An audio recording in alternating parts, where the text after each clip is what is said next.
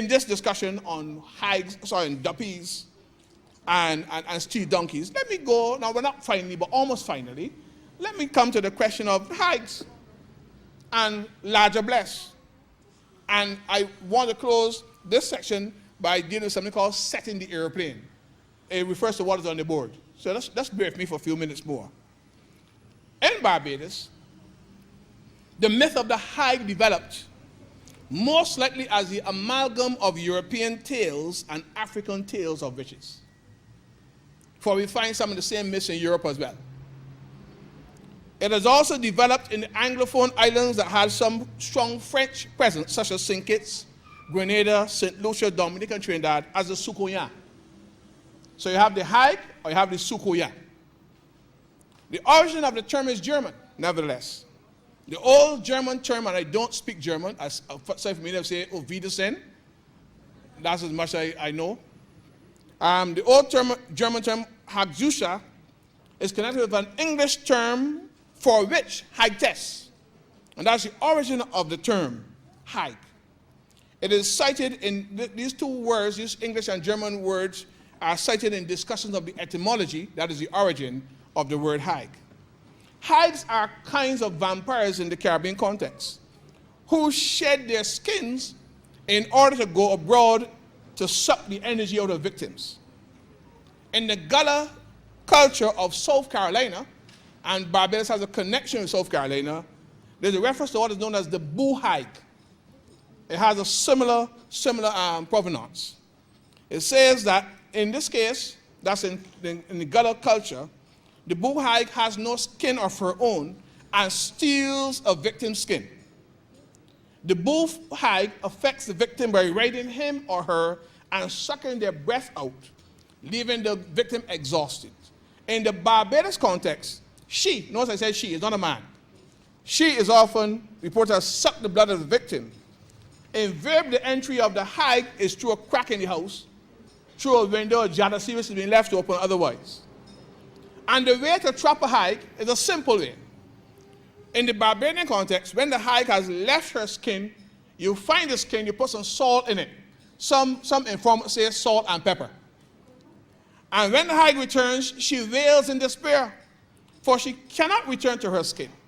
And once daybreak catches her, she is dead and lost forever. Her cry is reported to be, "Skin, skin, you don't know me now. Skin, skin, you don't know me now." It's a wail of despair because her skin has now been compromised. As Beckwith tells us in Jamaica, when Hag tales are being given, her cries of "Kin, you don't know me," that is the Jamaican version, never fails to win a roar of merriment from the delighted audience. For these are stories that were told, again, as I said, at night. But what about this La Dear Bless? That's not in my title, but I couldn't resist putting something like this in here. La Dear Bless is really a female devil. It's a French term which refers to this female devil. And she's supposed to be a beautiful creature who bewitches men.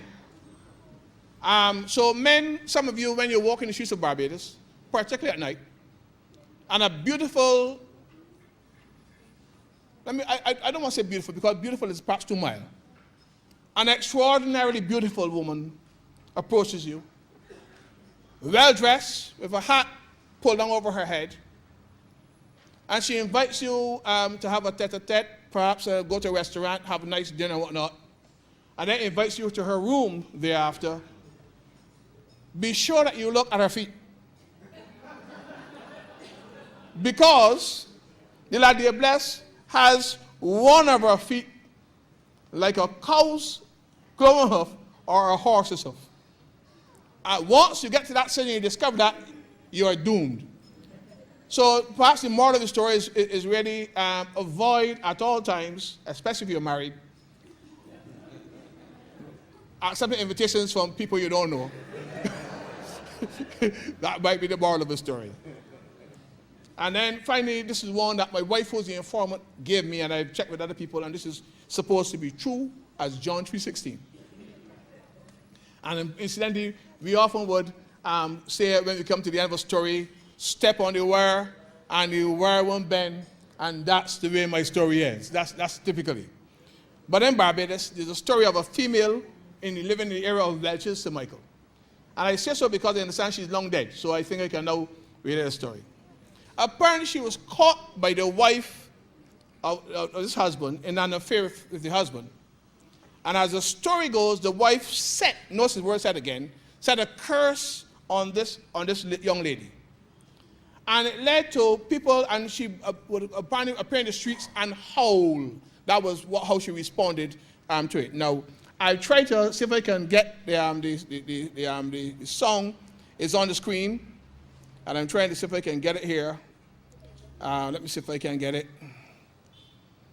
Yes. I'm going to try to get it for you.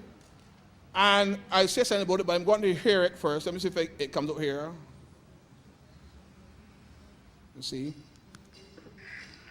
I work both day and night just to keep my girl upright. But now because my wages, they put me in a terrible plight. Last summer she was posing in a hat with feathers blooming. But alas, his wife has caught her and set the airplane on her. Oh Lord, have mercy. His head as bald as hell. His eyes are like two lanterns. My poor daughter, she's in hell. Yes. Now, I picked that one up because that's a story that began in 1914 in Barbados. Not known to Barbadians generally, but to people from that district. And there are a couple of things in here that I thought I'd just share before we actually do the punto final. There's some elements in this story that remind me of the steel donkey. One of the elements is that this thing that is set on the girl has two eyes like two lanterns. That's what we're told. What is interesting, though, is setting the airplane on her. That is unique in Barbadian folk tales. I suspect that what is happening here is that by this time, you know, there's the first flight of airplanes, 1902, 1903, Kitty Hawk in America. Airplanes have become fairly common by the time you get to the beginning of the First World War. And I suspect that this happened in 1940 in Barbados. There's silent films coming to Barbados. Might be some of the first talking films. And people have become accustomed to hearing some new airplanes.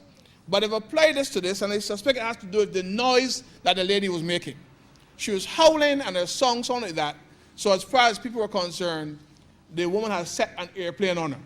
But the description of this Portuguese is that the eyes are like two lanterns. And I thought that tied it with something of the steel donkey and some of the other apparitions that occur. So therefore, in reflection, in closing, in this celebration of the 100th anniversary of the Barbados Steam Power Company, we acknowledge that the coming of light and other electricity-based technologies have had a tremendous impact on the folk culture. The artificial extension of daylight has meant new possibilities of learning and development for the population. Also, in the process of development, we have got rid of some debilitating superstitions that limited the imagination of the people. Notwithstanding this positive outcome, we might bemoan the loss of some traditions that added to the tapestry of our literary and recreational landscape. Perhaps our playwrights and authors might turn again to these superstitions to further develop a Barbadian literary tradition.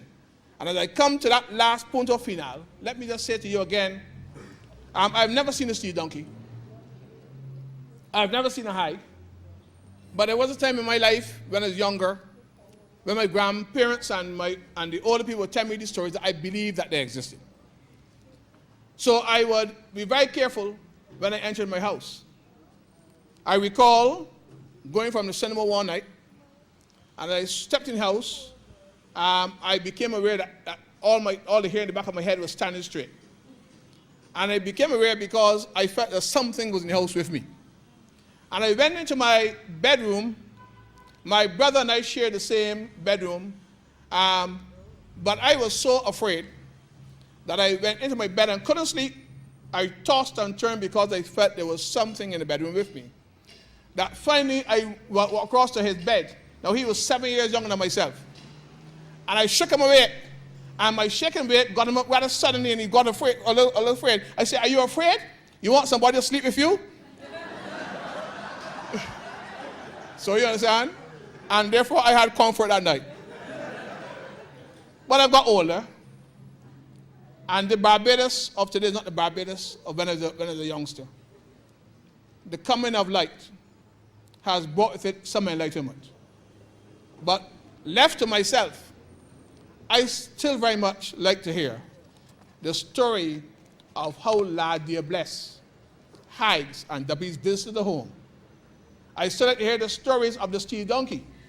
Perhaps one night, a moonlight night perhaps, when you're at home, when you have had a quarrel with the wife, or you've had a quarrel with some other member of the family or some friend, perhaps you might hear some pebbles dropping on the top of your house.